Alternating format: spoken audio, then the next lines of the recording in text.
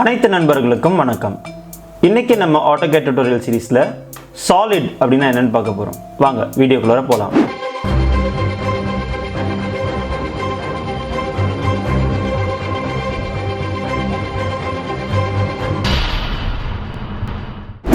இந்த solid அப்படினா just ஒரு ஷேட் பண்ணி நம்ம ஒரு ஷேப்பை நம்ம டிஃபைன் பண்றது தான் இந்த solid ன்னு சொல்லுவோம். இப்போ இந்த solidக்கு கிரியேட் பண்ணுறதுக்காக நான் வந்து ஒரு ரெக்டாங்கிள் வரைஞ்சிக்கிறேன், ஒரு சர்க்கிள் வரைகிறேன், இந்த இடத்துல வந்து ஒரு ட்ரையாங்கிள் வரைகிறேன்.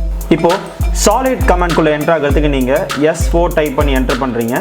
டைப் பண்ணி என்ட்ரு பண்ணோடனே ஸ்பெசிஃபை ஃபர்ஸ்ட் பாயிண்ட் கேட்கும்.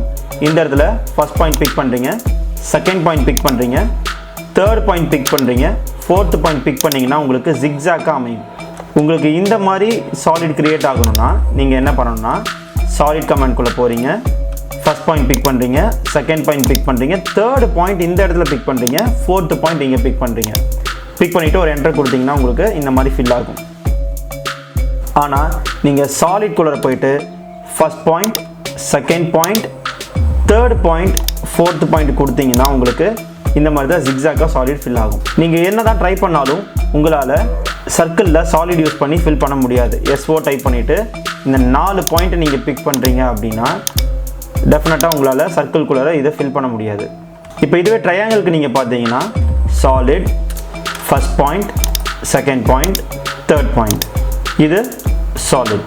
இப்போது ஒரு ரெக்டாங்கிளுக்கும் ஒரு ஸ்கொயருக்கு ஒரு ட்ரையாங்கிள் இந்த மாதிரியான ஷேப்புக்கு நீங்கள் ஃபில் ஆன மாதிரி உங்களால் காமிக்க முடியும். ஸோ இதுதான் சாலிடுன்னு சொல்கிறோம். ஆனால் இதுவே சர்க்கிளுக்கு நம்ம எப்படி ஃபில் பண்ணுறது அப்படின்னு பார்த்தீங்கன்னா அதுக்கு இன்னொரு கமெண்ட் இருக்குது, அது பின்வரும் வீடியோக்களில் பார்ப்போம். இந்த வீடியோ உங்களுக்கு பிடிச்சிருந்ததுன்னா லைக் பண்ணுங்கள். இந்த வீடியோ பற்றின கருத்துக்களை கமெண்ட் பாக்ஸில் டைப் பண்ணுங்கள். எங்களுடைய வீடியோஸை நீங்கள் தொடர்ந்து பார்க்கணுன்னா சப்ஸ்கிரைப் பண்ணுங்கள், கூடவே பெல் ஐக்கானை கிளிக் பண்ணுங்கள். இந்த வீடியோ உங்களுக்கும் மற்றவர்களுக்கும் பயனுள்ளதாக இருக்கும் நீங்கள் நினச்சிங்கன்னா உங்கள் நண்பர்களுக்கு ஷேர் பண்ணுங்கள்.